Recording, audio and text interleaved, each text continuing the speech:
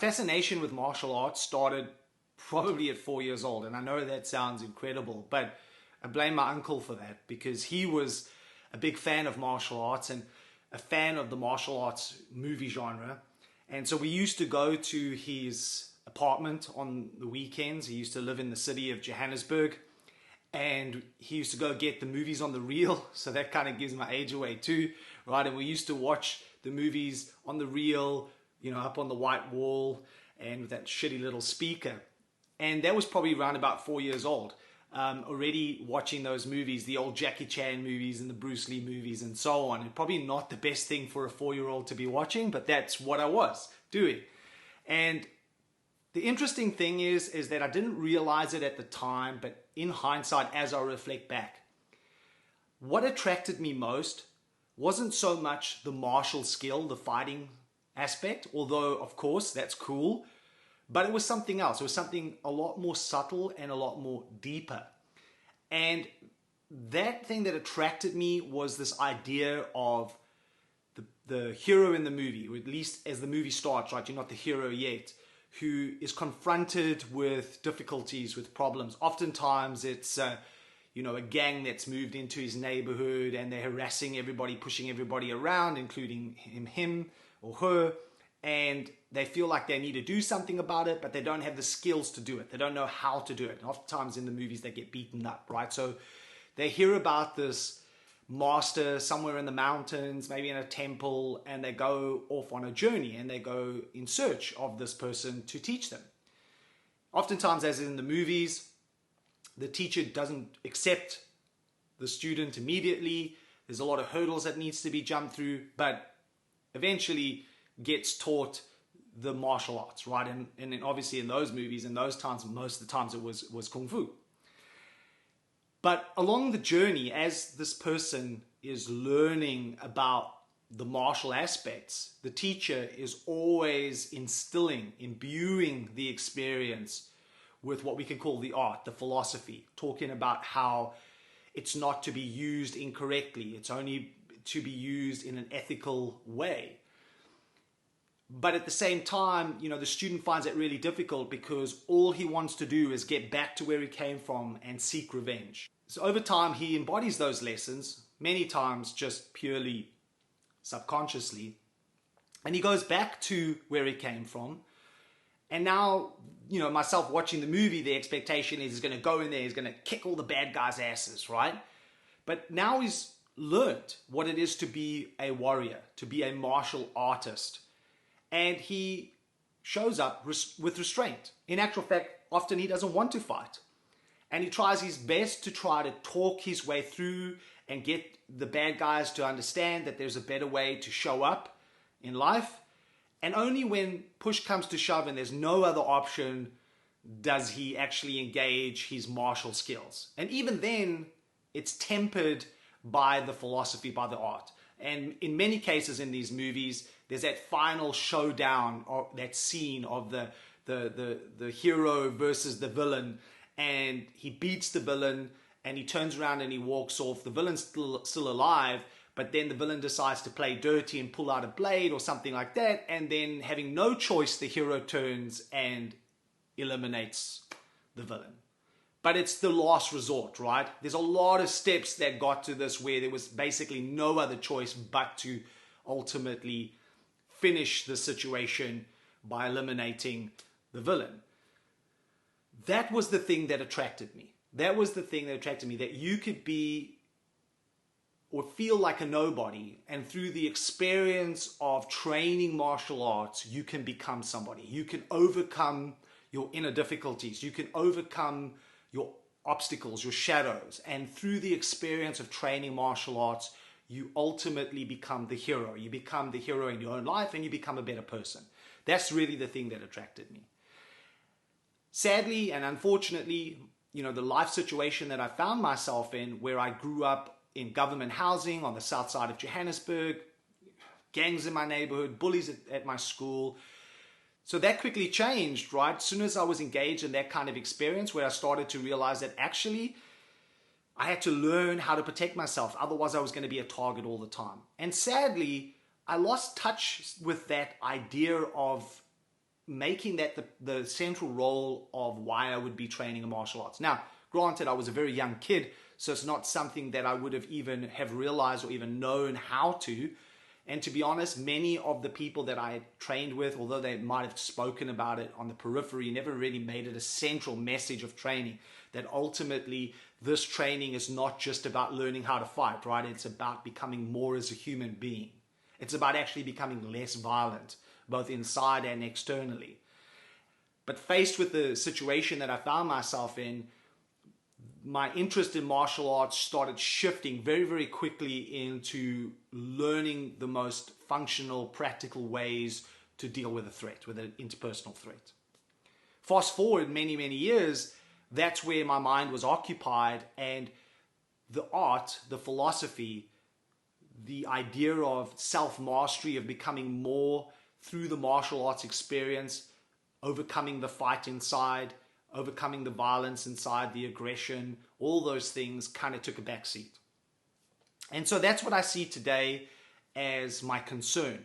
If I look at modern martial arts and the way that it's now presented, it has become divorced from the art. The art has been taken out. And I think there is a really severe consequence by doing that. So let me explain, right? So in the traditional martial arts, the idea of it being more than just about learning how to fight, but becoming more as a human being, about learning that restraint by learning through the experience of the martial journey to become whole, to become centered, to become focused, to be less aggressive, to be calm, to be present. All of these ideas were there, but unfortunately the problem is that what was often taught in traditional martial arts wasn't functional. It wasn't something that you could actually apply in the reality of interpersonal violence. And so many of these ideals, right, building these character traits of virtue, kind of didn't really come to the forefront, because I still believe that you absolutely have to be playing the game for real in order to understand those character virtues and to be able to embody them. Because what you do on the mat has to be real, because that's where you get to really engage with your edges, right? With your shadow. If you're not playing the game for real, if you're not really doing the real martial experience, then you can hide. You can hide all of your shadows because you don't ever have to confront them. So although a lot of traditional martial arts, the philosophy is on point to a certain degree, the fact that they don't train reality, that often what they teach doesn't show up in the fray of interpersonal violence, neutralizes the potential of that philosophy. So on the other hand, in this day and age, we have the modern interpretations of the martial way, where it's combat sports or reality-based self-defense. And in both of those, so in combat sports, the focus is on competition. Reality-based self-defense is all about the fight, right? It's all about learning the most dynamic, functional fighting skills to dispense with another human being, right? The threat.